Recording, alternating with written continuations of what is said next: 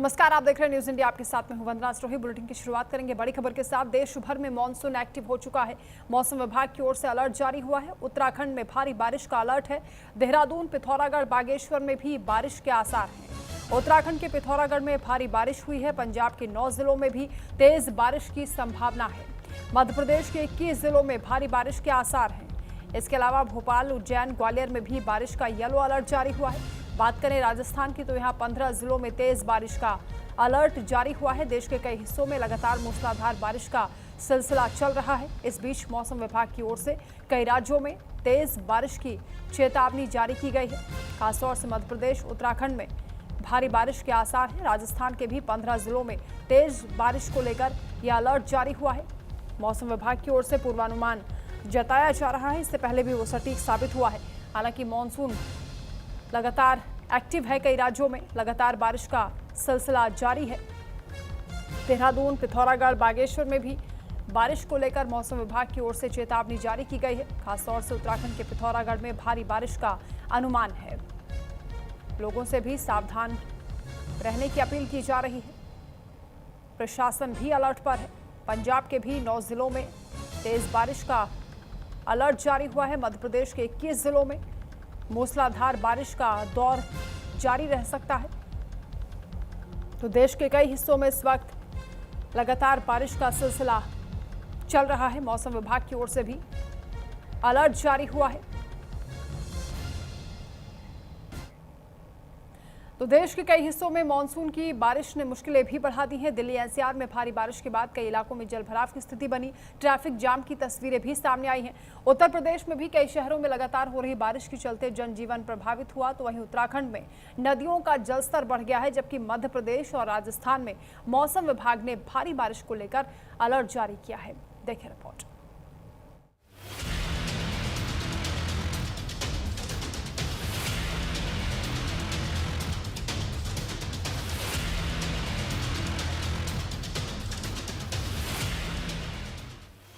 राजधानी दिल्ली में सुबह हुई भारी बारिश के बाद कई इलाकों में पानी भर गया।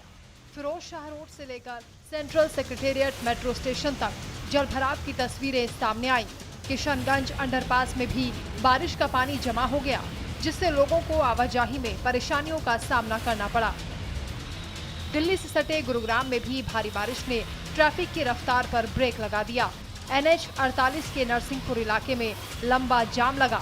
वहीं सिकंदरपुर घोसी इलाके में जलभराव के चलते लोगों को मुश्किलों का सामना करना पड़ा। उत्तर प्रदेश में मंगलवार सुबह से वाराणसी, अयोध्या, झांसी, जौनपुर और गाजीपुर समेत करीब 15 शहरों में बारिश का दौर जारी है। काशी में लगातार बारिश हो रही है। बारिश के चलते कई सड़कें तालाब में तब्दील हो गई हैं। हापुड़ के गढ़मुक्तेश्वर में पहाड़ों पर लगातार बारिश के बाद गंगा का जल स्तर बढ़ गया है। खादर इलाके के कई गाँवों तक पानी पहुँच रहा है। शेरावाली, कृष्णवाली, मढ़ैया में हालात बेहद चिंताजनक हैं, जहां एक परिवार 2 से 2.5 फीट पानी के बीच रहने को मजबूर है।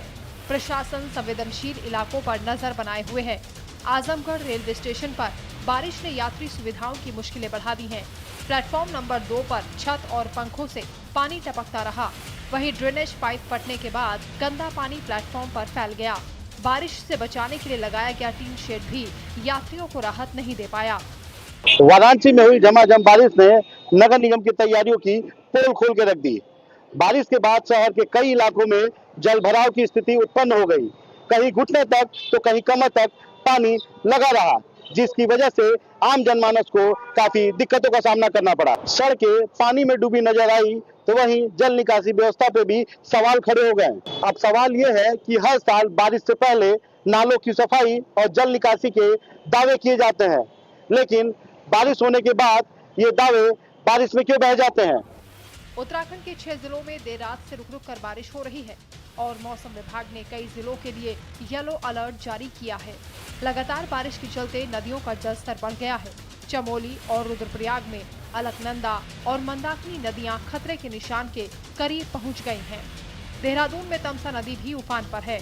प्रशासन ने संवेदनशील इलाकों में निगरानी बढ़ा दी है और लोगों से सतर्क रहने की अपील की है। मध्य प्रदेश में भी भारी बारिश का अलर्ट है। मौसम विभाग के मुताबिक टीकमगढ़, दमोह, नरसिंहपुर, बैतूल और राजगढ़ में तेज बारिश का ऑरेंज अलर्ट जारी हुआ है। ऐसे में निचले इलाकों में जलभराव और नदी नालों के जलस्तर बढ़ने का खतरा बना हुआ है। राजस्थान में आज 17 जिलों में तेज बारिश का येलो अलर्ट है। जयपुर और कोटा समेत कई जिलों में सुबह से बारिश का सिलसिला जारी है। प्रशासन की तरफ से संवेदनशील इलाकों में आपदा प्रबंधन टीमें तैनात की गई हैं। दिल्ली एनसीआर से लेकर यूपी, उत्तराखंड, मध्य प्रदेश और राजस्थान तक बारिश ने जनजीवन पर असर डाला है। कहीं सड़कें जलमग्न हैं, कहीं ट्रैफिक थम गया है, कहीं नदियां खतरे के निशान के करीब पहुंच गई हैं। मौसम विभाग की चेतावनी को देखते हुए प्रशासन ने लोगों से सतर्क रहने की अपील की है। खबरों में आगे बढ़ेंगे। बड़ी खबर है, न्यूयॉर्क के दौरे पर हैं आरएसएस प्रमुख मोहन भागवत। 29 अगस्त को मेडिसन स्क्वायर में उनका कार्यक्रम होगा। यूनिवर्सल वननेस सेलिब्रेशन के कार्यक्रम में शामिल होंगे मोहन भागवत। भारतीय समुदाय को इस दौरान संबोधित करेंगे। न्यूयॉर्क के मेयर ममदानी की ओर से कार्यक्रम का विरोध किया गया है। आरएसएस की रैली को उन्होंने कहा है कि समर्थन नहीं देंगे। आरएसएस की बांटने वाली विचारधारा का उन्होंने विरोध किया है। तो आरएसएस चीफ मोहन भागवत मंगलवार को न्यूयॉर्क पहुंचे हैं। ये उनके 17 दिन के 3 देशों के दौरे का पहला पड़ाव है। न्यूयॉर्क के JFK एयरपोर्ट पर भारतीय महिलाओं ने तिलक लगाकर उनका स्वागत किया। मोहन भागवत का ये दौरा आरएसएस के शताब्दी वर्ष के ग्लोबल आउटरीच कार्यक्रम के तहत हो रहा है। आरएसएस के 100 साल पूरा होने के अवसर पर देश विदेश में कई कार्यक्रम आयोजित किए जा रहे हैं। अमेरिका के बाद भागवत कनाडा और ब्रिटेन भी जाएंगे। संघ के मुताबिक इस दौरान वो भारतीय मूल के लोगों और स्थानीय संगठनों के प्रतिनिधियों से भी मुलाकात करेंगे। भागवत 29 अगस्त को न्यूयॉर्क के मेडिसन स्क्वायर गार्डन में यूनिवर्सल वननेस कार्यक्रम में शामिल होंगे। न्यूयॉर्क के मेयर जोहरान ममदानी ने हालांकि मोहन भागवत के इस दौरे को लेकर कहा है कि मैं आरएसएस के कार्यक्रम का समर्थन नहीं करता, क्योंकि बांटने वाली विचारधारा का मैं विरोध करता हूं। तो आरएसएस प्रमुख मोहन भागवत के इस कार्यक्रम से पहले ही एक नया विवाद यहां पर देखा जा रहा है। न्यूयॉर्क के मेयर जोहरान ममदानी ने आरएसएस प्रमुख मोहन भागवत के कार्यक्रम का विरोध किया है। That I was taught by my family, and the one that I grew up being very familiar with, was of a pluralistic society, of a secular republic that believed in the belonging of each and every person who was from India. And it has been incredibly troubling to see the rise of a movement that is predicated on an exclusionary vision of any country, frankly. And so it is one that I find myself in deep opposition to, not only as an Indian American, but also as the mayor of a city that believes deeply in the belonging of each and every person, no matter their color, their creed, their religion, their faith, wherever they're from. बड़ी खबर लखनऊ से, जहां swine flu को लेकर उत्तर प्रदेश सरकार alert पर है। Deputy CM Brajesh Pathak की ओर से जानकारी दी गई है। वायरल फीवर के मरीजों की संख्या को देखते हुए अलर्ट जारी हुआ है। छोटे अस्पतालों को भी सतर्क रहने के आदेश दिए गए हैं।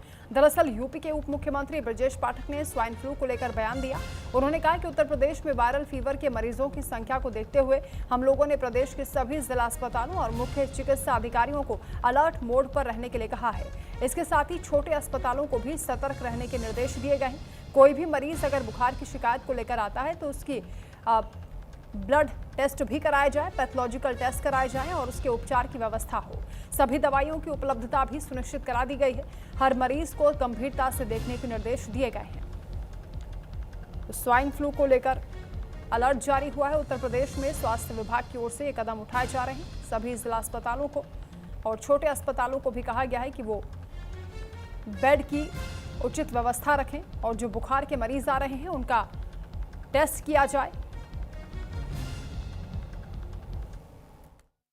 फ्लू के मरीज आ रहे हैं। फ्लू के मरीजों के इलाज की पूरी तैयारी, सारी जांच, सारी दवाएं, सब कुछ हमारे यहाँ उपलब्ध है। हम लोग पूरा हमारा डॉक्टर संपर्क, पैरामेडिकल संपर्क सब अलर्ट मोड में है। सबको ट्रेनिंग दे दी गई है। स्वाइन फ्लू का एक अलग से हमने वार्ड, आइसोलेशन वार्ड में 12 बेड का वार्ड बना दिया है। उसके लिए जो दवाएं होती हैं, जो एंटीवायरल, टेमीफ्लू वगैरह, वो सब हमारे पास उपलब्ध है। और हम उसके लिए जो RT-PCR जांच होती है नेजोफेरेंजियल स्वाब से, वो भी जल्दी ही शुरू करने जा रहे हैं। उत्तर प्रदेश में बुखार और सीजनल जो वायरल फीवर है उसकी मरीजों की संख्या को देखते हुए हमने प्रदेश के सभी जिला अस्पतालों को, मुख्य चिकित्सा अधिकारियों को अलर्ट मोड पर रखा है और जो छोटे अस्पताल हैं उनसे भी कहा है कि आप सतर्क रहें। कोई भी मरीज बुखार की शिकायत को लेकर के आता है तो उसका खून की जांच कराएं और जो भी पैथोलॉजिकल टेस्ट कराएं और उसके उपचार की व्यवस्था करें। सभी दवाइयों को उपलब्ध सुनिश्चित करा दिया गया उपलब्धता उनकी, और जो पैथोलॉजिकल टेस्ट है उसकी तत्काल रिपोर्ट उनके मोबाइल पर भेजें और किसी भी मरीज को गंभीरता के साथ लें, ये तय करने के लिए हमने निर्देश दे दिया है। नोएडा से बड़ी खबर, जहां आयुष शुक्ला मर्डर केस में पुलिस की बड़ी कार्रवाई। दोनों आरोपियों को पुलिस ने गिरफ्तार कर लिया है। बाल अपचारी के तौर पर पुलिस ने उन्हें गिरफ्तार किया। बर्थडे पार्टी के बहाने बुलाकर आयुष की हत्या की गई थी। तो इस सनसनीखेज मामला सामने आया था, जिसको लेकर पुलिस की ओर से कार्रवाई की गई है। बताया जा रहा है कि दोनों आरोपी पकड़े गए हैं। दरअसल दिल दहला देने वाली ये घटना नोएडा के सेक्टर 20 से सामने आई, जहां 13 साल के आयुष शुक्ला उर्फ हैप्पी को उसके साथी बर्थडे पार्टी के बहाने घर से बुलाकर ले गए और बेरहमी से उसकी हत्या कर दी, जिसके बाद शव को सेक्टर 54 के एक पार्क में फेंक दिया। 17 अगस्त से लापता हुआ आयुष का शव पोस्टमार्टम हाउस जब पहुंचा तो परिजनों का रो रो कर बुरा हाल था। आयुष की बहनों का अकेला भाई था और अभी रक्षाबंधन का भी त्यौहार आ रहा है। ऐसे में उन पर क्या दुखों का पहाड़ टूटा है, आप अंदाजा लगा सकते हैं। परिवार का आरोप है कि शिकायत के बावजूद दोनों थानों की पुलिस सीमा विवाद में उलझी रही और समय रहते कार्रवाई नहीं की गई। हालांकि अब दोनों आरोपी पकड़े गए हैं और आगे पुलिस की कार्रवाई शुरू हो चुकी है।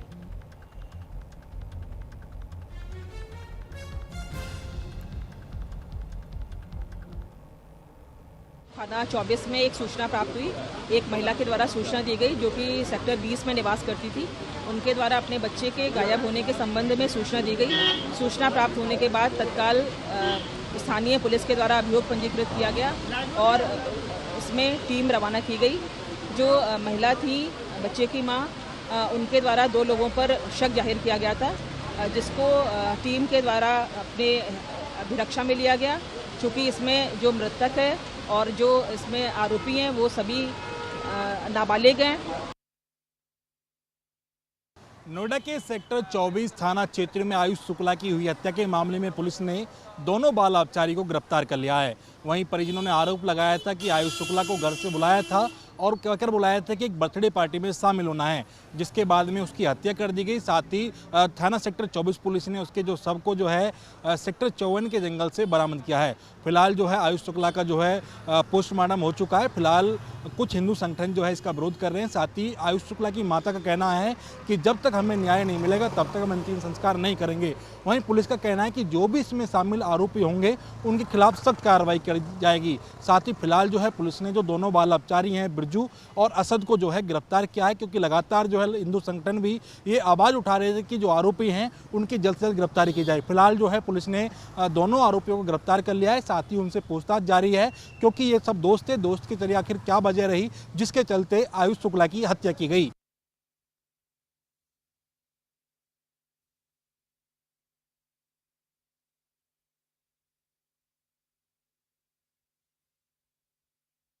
को फेंक दिया गया। फिलहाल पुलिस ने इस मामले में कार्रवाई की है। 2 आरोपी पकड़े गए हैं। इस बीच बिहार के सुपौल से बड़ी खबर, जहां तेज रफ्तार का कहर बरपा है। बेकाबू कार ने 6 लोगों को कुचल दिया। इस हादसे में 5 लोगों की मौके पर ही दर्दनाक मौत हो गई है। सड़क के किनारे कीर्तन कर रहे थे लोग जिस वक्त यह हादसा हुआ। डीएम सावन कुमार मुआवजे का ऐलान कर चुके हैं। उन्होंने घटनास्थल पर भी जांच पड़ताल के लिए निर्देशित किया है। मृतकों के परिजनों को 4-4 लाख रुपए देने का ऐलान हुआ है। हादसे के बाद पूरे इलाके में तनाव का माहौल है। सुपौल में तेज रफ्तार का कहर बरपा है, जहां 5 लोगों की दर्दनाक मौत हो गई है। बेकाबू कार ने 6 लोगों को कुचल दिया। देर रात यह हादसा हुआ है जब कुछ लोग सड़क के किनारे कीर्तन कर रहे थे। इसी दौरान तेज रफ्तार से आ रही एक कार ने 6 लोगों को रौंद दिया और इस हादसे में 5 लोगों की मौत हो गई है। बिहार के सुपौल से बड़ी खबर सामने आई है। दुखद हादसा हुआ है। मौके पर चीख पुकार मची, अफरा तफरी मची। पुलिस की टीम पहुंची और घायलों को अस्पताल पहुंचाया गया। हालांकि इस दौरान 5 लोगों की मौके पर ही मौत हो गई और पुलिस ने कार्रवाई भी इस मामले पर शुरू कर दी है। मुआवजे का ऐलान भी डीएम सावन कुमार की ओर से किया गया है। मृतकों के परिजनों को 4-4 लाख रुपए देने का ऐलान हुआ है। हालांकि हादसे के बाद पूरे इलाके में शोक और तनाव का माहौल है। कीर्तन कर रहे लोगों पर इस कार ने किस तरीके से उन्हें रौंद दिया, कुचल दिया, जिसमें 5 लोगों ने मौके पर ही दम तोड़ दिया, जबकि एक व्यक्ति के घायल होने की खबर है। बिहार के सुपौल में यह बड़ा हादसा हुआ है, दर्दनाक घटना हुई है। सड़क के किनारे कीर्तन कर रहे लोगों को कार ने कुचल दिया। राजेश चौधरी संवाददाता फोनलाइन पर हमारे साथ जुड़ रहे हैं सुपौल से। राजेश, किस तरीके से ये पूरा हादसा हुआ है? देर रात लगभग कितने बजे ये घटना हुई है और अभी डीएम की ओर से क्या आश्वासन मिला है? परिजनों को मुआवजे का भी ऐलान हुआ है?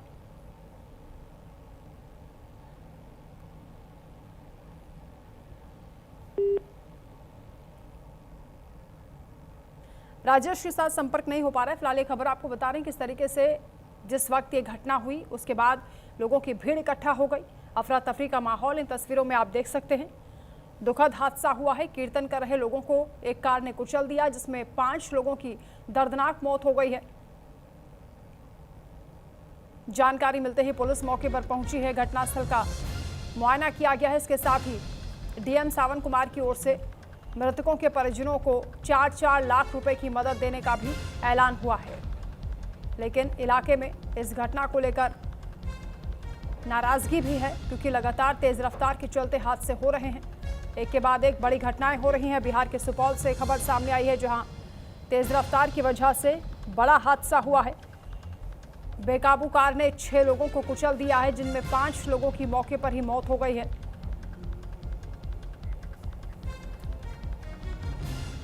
अब यूपी के गोंडा से खबर है, जहां सरकारी जमीन पर भूमाफियाओं का बड़ा खेल सामने आया है। फर्जी डॉक्यूमेंट्स के जरिए करोड़ों की जमीन लाखों में बेची गई है। फर्जी दस्तावेजों से 80 लाख में जमीन बेचने का आरोप है। कोर्ट के आदेश पर 8 लोगों के खिलाफ नामजद एफआईआर हुई है। दस्तावेजों में हेरफेर, अधिकारियों की मिलीभगत का भी आरोप सामने आया। कब्जा मुक्त जमीन फिर फर्जीवाड़े के जरिए बेचने का आरोप है। कोर्ट के आदेश पर आरोपियों के खिलाफ मुकदमा दर्ज हुआ है। बताया जा रहा है कि फर्जी दस्तावेज के जरिए करोड़ों की जमीन को लाखों में बेचा गया है। सरकारी जमीन पर भूमाफियाओं ने यह बड़ा खेल कर दिया है।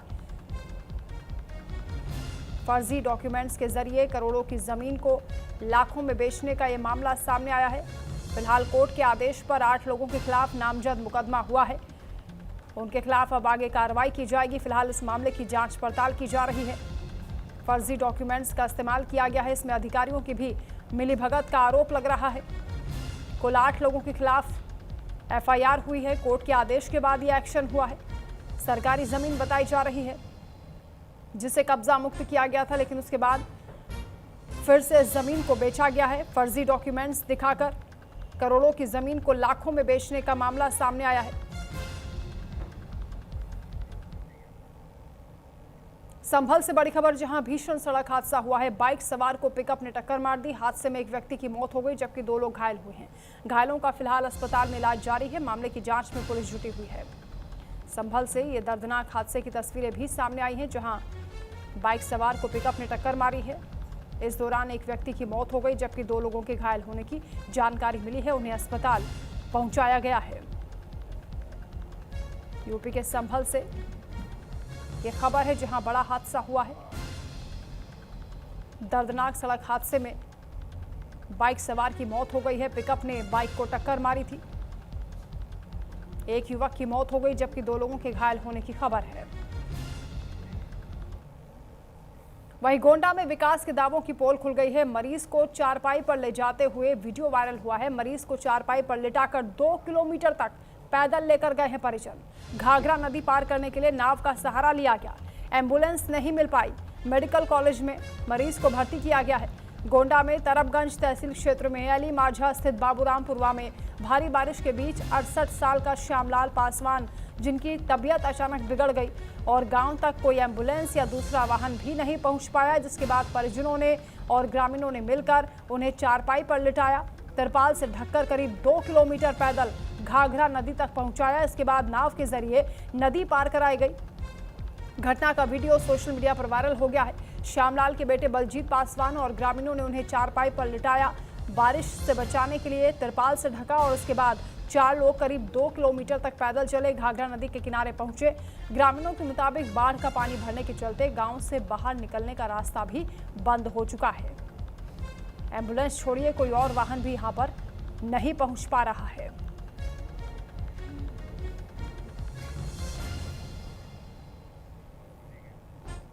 खबर बांदा से है, जहां मूसलाधार बारिश काल बनकर आई है। बरसाती नाले में डूबकर 3 लोगों की मौत हो गई है।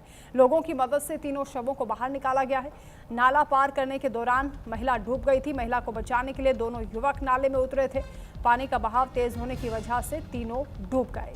तो मूसलाधार बारिश के चलते नदी नालों का बहाव इस वक्त तेज है, जलस्तर बढ़ चुका है। नाला पार करने के दौरान एक महिला डूब रही थी। 2 युवक बचाने के लिए कूद गए, लेकिन तेज बहाव में वो भी बह गए हैं। हालांकि अब तीनों के शवों को बाहर निकाला गया है। दुखद ये घटना हुई है।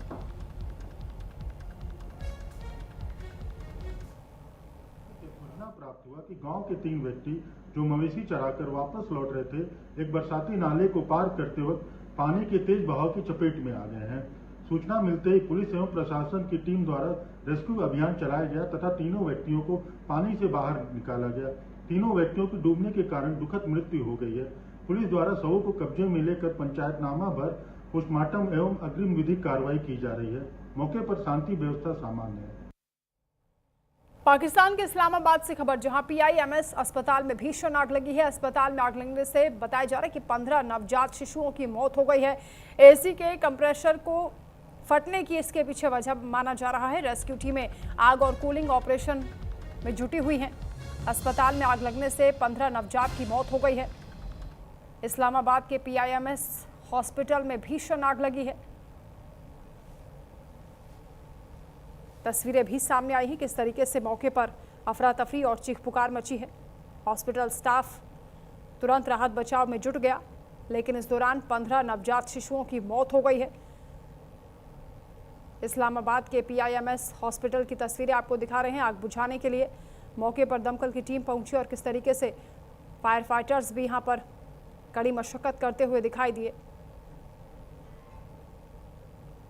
जब तक आग पर काबू किया जाता तब तक काफ़ी देर हो गई थी और 15 नवजात शिशुओं की इस दौरान इस हादसे में मौत हो गई है। फिलहाल मौके पर जांच पड़ताल भी की जा रही है कि आखिर इस बड़े हादसे के पीछे किसी की लापरवाही है या फिर AC ब्लास्ट होने की वजह से ही यह हादसा हुआ है। पाकिस्तान के इस्लामाबाद की तस्वीरें आपको दिखा रहे हैं।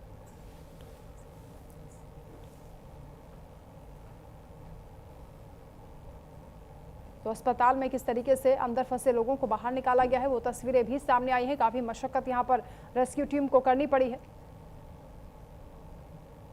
सीढ़ी लगाकर ऊपर दूसरे फ्लोर पर जाते हुए रेस्क्यू टीम दिखाई दे रही है। कई घंटे तक यहां पर राहत बचाव का काम किया गया है, लेकिन 15 नवजात शिशुओं की मौत से हड़कंप मचा हुआ है।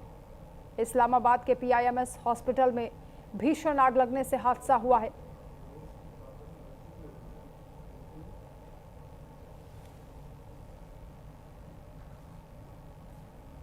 तो धुएं का गुबार दूर तलक देखा गया है और किस तरीके से इस आग पर काबू पाने के लिए मौके पर फायर टीम पहुंची है। काफ़ी देर तक यहां मशक्कत की गई है, लेकिन 15 नवजात शिशुओं की मौत हो गई है। दुखद हादसा हुआ है। इस्लामाबाद के PIMS हॉस्पिटल की तस्वीरें आपको दिखा रहे हैं।